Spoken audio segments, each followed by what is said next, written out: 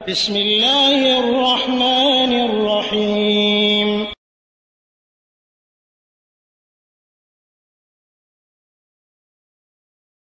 ওয়ালাইকুম আসসালাম রহমতুল্লাহ বরকাত। মালয়েশিয়া থেকে রাসেল ভাই তার এক বন্ধুর প্রশ্নে বলেছেন যে 12ই রবিউল আউয়াল উপলক্ষে রোজা রাখা যাবে কিনা। আলহামদুলিল্লাহ ওয়াসসালাতু ওয়াসসালামু আলা রাসূলিল্লাহ। জি সম্মানিত ভাই, 12ই রবিউল আউয়াল উপলক্ষে রোজা রাখা যাবে না, কারণ নবী করিম সাল্লাল্লাহু আলাইহি ওয়াসাল্লাম তার জন্মদিন উপলক্ষে তিনি যে রোজা রেখেছিলেন এ সম্পর্কে যেটা বলা হয় সেটা হলো নবী করিম সাল্লাল্লাহু আলাইহি ওয়াসাল্লামের জন্য খাস, এটা আপনার আমার জন্য নয়। তবে এই প্রতি সোমবার এবং বৃহস্পতিবার কারো যদি অভ্যাস থাকে রোজা রাখার, প্রতি সপ্তাহে 2টি করে রোজা রাখা, এই দিনে মানুষের আমল উঠে যায়, তাহলে সেই দিন প্রতি সপ্তাহের সোমবার এবং বৃহস্পতিবার রোজা রাখতে পারবে।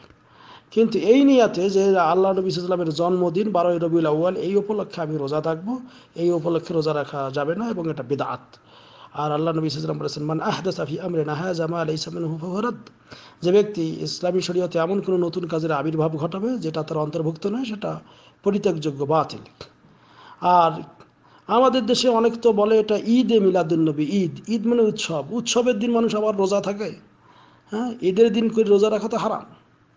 আর এটা ঈদ কেমনে হয়, আবার বলে অনেকে এটা শ্রেষ্ঠতম ঈদ, আল্লাহুল মুস্তাআন। শ্রেষ্ঠতম ঈদ হইলে মক্কা মদিনাতে এই ঈদ হইল না, এই ঈদ তো উদযাপন করলো না, সারা পৃথিবীতে আর হইল না, শুধু বাংলাদেশে কয়েকজনের জন্য ঈদ, আর সারা বিশ্বের মুসলমানদের জন্য ঈদ নয়। তো এগুলো সব ভ্রান্ত ও বাতিল কথা।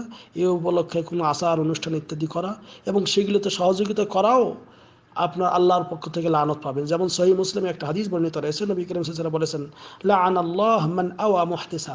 ওই ব্যক্তির উপর আল্লাহর লানত, অভিশাপ, যে ব্যক্তি কোনো বিদআতকারীকে আশ্রয় দেয়।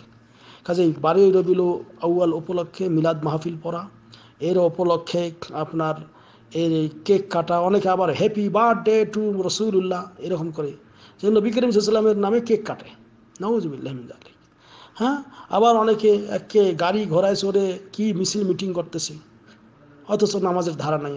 কালেমা খচিত পতাকা নিয়ে সেগুলো পায়ের কাছে রেখে এখন ওপরে তার গাড়িতে ওপরে ওঠে এখন সে মিছিল মিটিং করতেছে।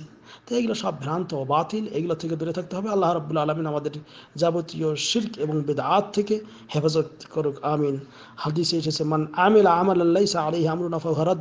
সহিহ মুসলিমের হাদিস, যে ব্যক্তি এমন কোনো আমল করলো যা তার অন্তর্ভুক্ত না, সেটা বাতিল, পরিত্যাগযোগ্য। কাজেই আপনার 12ই রবিউল আউয়াল উপলক্ষে কোরআন খানি করা, মিলাদ মাহফিল পড়া, হ্যাঁ, দান খয়রাত করা, তারপর এই উপলক্ষে রোজা রাখা, এগুলো সম্পূর্ণ বিদআত। করলে তো সওয়াব পাবেনই না, বরং গোনা হবে। নবী করিম সাল্লাল্লাহু আলাইহি ওয়াসাল্লাম এরকম অনেক কথা বলেছেন এবং আল্লাহ রাব্বুল আলামিন বলতেছেন, আমিলাতুন নাসিবা তাসলা নারান হামিয়া। অনেক পরিশ্রম করে আমলকারীদেরকেও জ্বলন্ত আগুনে নিক্ষেপ করা হবে। এইগুলো আমল করতেছে ঠিক, কিন্তু এর বিনিময় কিছুই পাবে না। আর সূরা কাহাফের 105 নম্বর আয়াতে আল্লাহ বলতেছেন যে কি, ইয়াহসাবুনা আন্নাহুম ইউহসিনুনা সুনআ। এই লোকগুলি মনে করে যে আমি খুব ভালো কাজ করতেছি, অথচ এগুলো ভালো কাজ না। এইদের আমলকে আল্লাহ রাব্বুল আলামিন বরবাদ করে দেবেন। কাজেই আসুন এইগুলো থেকে দূরে থেকে আল্লাহ রাব্বুল আলামিন আমাদের সবাইকে হেফাজত করুক, আমিন। ওয়া সাল্লাল্লাহু আলা নবিয়িনা মুহাম্মদ। আসসালামু আলাইকুম ওয়া রাহমাতুল্লাহ।